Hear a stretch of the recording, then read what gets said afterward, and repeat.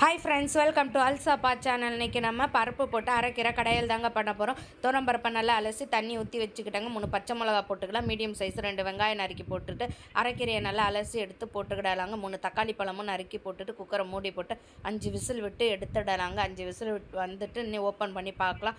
பருப்பும் கீரையை நல்லா வெந்து வந்துட்டு கரண்டி வச்சு நல்லா மசச்சு எடுத்துக்கிடலாம். எண்ணெயை ஊற்றி எண்ணெய் சூடான அப்புறம் கடுகு, சீரகம், 3 வத்தல் கிள்ளி போட்டுக்கிடலாங்க. பூண்டை தட்டி போட்டு நல்லா வதக்கி பாருங்கள். நல்லா மணமாகவும் இருக்கும், சூப்பராக இருக்கும் குழம்பு.